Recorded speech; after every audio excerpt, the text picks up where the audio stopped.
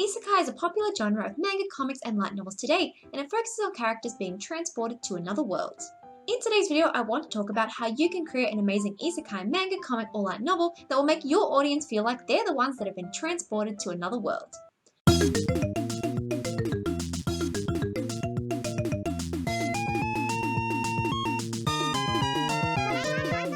Today's video is sponsored by AlphaManga. Alpha Police is a manga publishing company in Japan, and they've just released a new app called AlphaManga where you can read amazing manga series on the go. To get the app, all you need to do is go to Google Play or your app store, search for AlphaManga and download the app. Once you have downloaded the app on your phone or device, you can then sign in if you already have an account or sign up to create a new account. All you need to register for a new account is your username, email address, and password.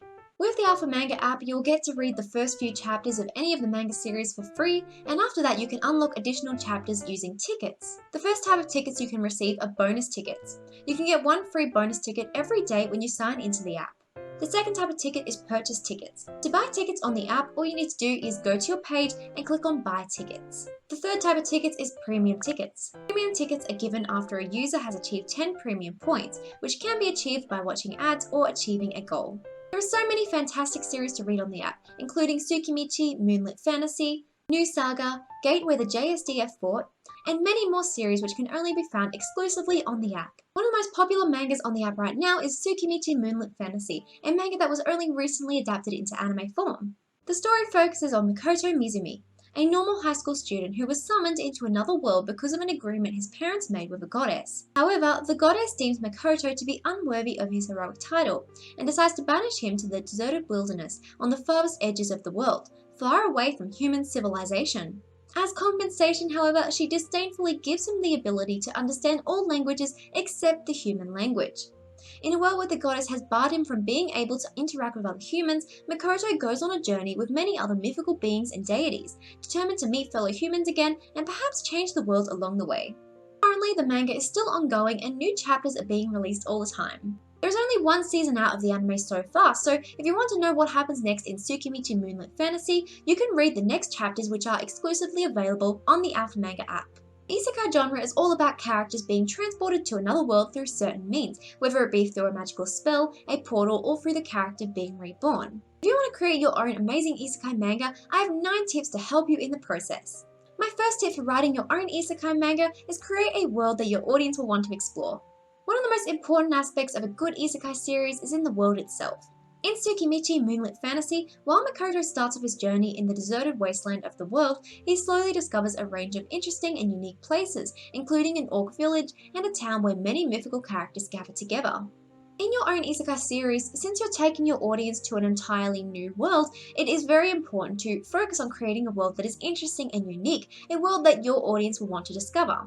So in order to do that, you need to create a world with a lot of interesting locations, a world with special and unique environments, and a world with places that your audience and your characters will want to learn more about. It might be helpful to create a map of your Isekai world and write down the different locations you will be creating. It can also be helpful to write down a unique and special attribute of every location you have in your story in order to ensure that that location is always something that stands out to your readers and is something interesting for your characters to explore as well. My second tip is progress the story through discovery. The reason why in the previous tip I mentioned that it's important to write down special and unique attributes of every location is because when your character is going to another place or they are finding something, it should always progress the story in some way. So in every location or with every character you add to your book, ensure that it adds something to the story. If a character finds a special object, it should help them to find out something about how they can get closer to their goals, or how they can find the villain of the story, or how they can achieve something. If your character is meeting someone new, that character should be able to help them to further progress. And of course, if your character is in a new location, that should also help them to maybe develop the skills they need to advance in your story or to find out something new that they may not have realized before. My third tip is consider if your Isekai world is magic or science-based. In every fictional world you are creating, that world will always either be magic or science-based or a mix of both. Let's now discuss what a magic or science-based world is and how you can apply these techniques to writing an Isekai world in your books. Our world is more science-based because we rely on science and technology to do daily tasks. If the world in your story is more magic-based, your characters would likely rely on magical skills or magic abilities to get things done. However, if the world of your story is more of a mix of magic and science-based qualities, then those together might mean that there might be scientific technology that is run through using magic, or magic that is operated using scientific equipment. So really consider what type of isekai world you're creating, because every isekai world will usually fall into one of these categories. My fourth tip is consider how the main character gets transported into the isekai. When you're creating an isekai story, it's important to also consider how your main character managed to get into that isekai world. Because the isekai genre focuses on characters being transported into that world, and so for it to be realistic in your book, you need to think about why your character was transported there in the first place. In many cases in isekai stories, it might just be accidental. For example, the main character might die in some way in the human world and then be reborn in some way in the isekai world. There are many times when the main character is simply summoned into the other world for a specific purpose, like in the case of Tsukimichi Moonlit Fantasy, where the main character is summoned by the goddess due to an agreement made by his parents. Sometimes the main character may also accidentally or purposefully go into the isekai world either through a certain magical spell, a certain magical item, or a portal leading into that world. My fifth tip is give the main character a reason to be in that world. Once your character has been transported into the isekai world, it's important to give them a certain purpose in that world in order to keep the story interesting and to ensure that your character is always pushing the main story points forward. So in order to do this, you need to ensure that your character has a certain quest, a mission, or a goal to keep them moving forward. This goal may also be associated with them helping the characters in this isekai world or changing the isekai world in some positive way. If your character is discovering new items, meeting new characters, or finding unique locations in your book, it should always be helping them to push forward in the story and learn new things and do new things in your story. The sixth tip is develop a range of unique characters. Consider the different types of magical, mythical, or even futuristic characters in the world of your isekai story that you are creating. By developing a wide range of characters with unique characteristics, it's going to make your story a lot more interesting to read about in the long run. In Tsukimichi, there are various unique characters that Makoto meets throughout the story.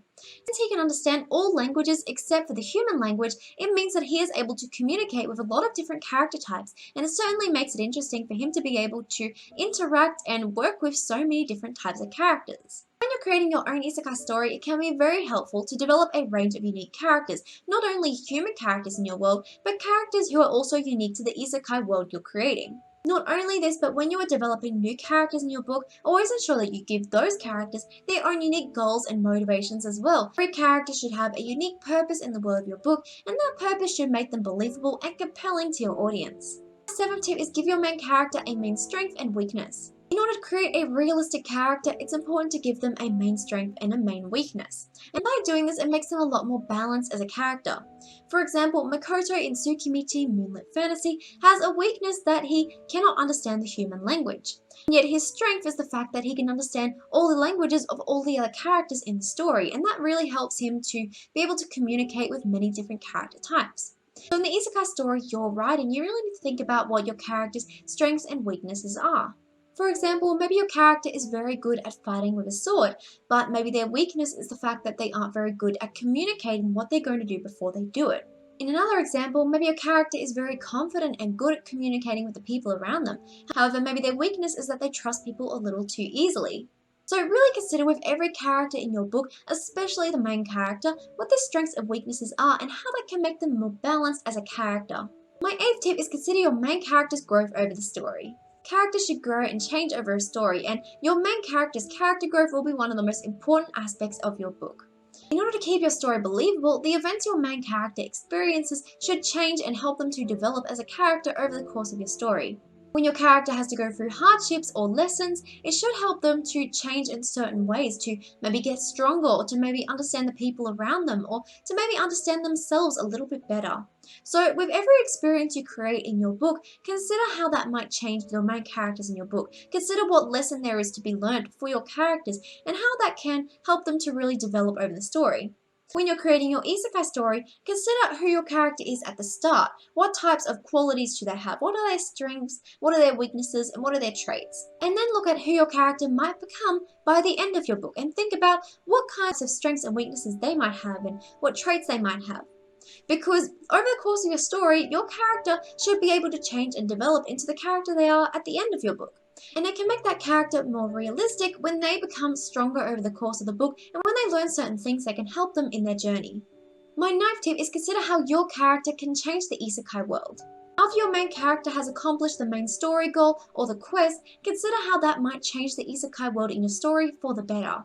Maybe by your main character solving that goal or quest, they've helped many people, maybe they bring peace to the world, they might solve a mystery, or maybe they just make an important choice where it matters the most. It's important to consider the consequences of your character's actions, and not only that, but consider how your character's actions can change the way other characters might feel in the world of your isekai, because when your character is transported to another world, to an isekai world, it means that that character was in a way chosen for a specific purpose in that world, and so giving them a purpose and letting them accomplish that means that your character has successfully achieved their goals. It has changed the isekai world for the better in some way. So thank you so much for watching my video today, everyone. If you want to read Tsukimichi, Moonlit Fantasy, and many other fantastic isekai series, make sure to check out the AlphaManga app. You can visit the official website in the description below, or you can visit Google Play or your App Store and download it from there. Let me know in the comment section down below what types of isekai stories you're creating, because I really love to hear about them. Again, thank you so much for watching, and I'll see you in the next video. Bye!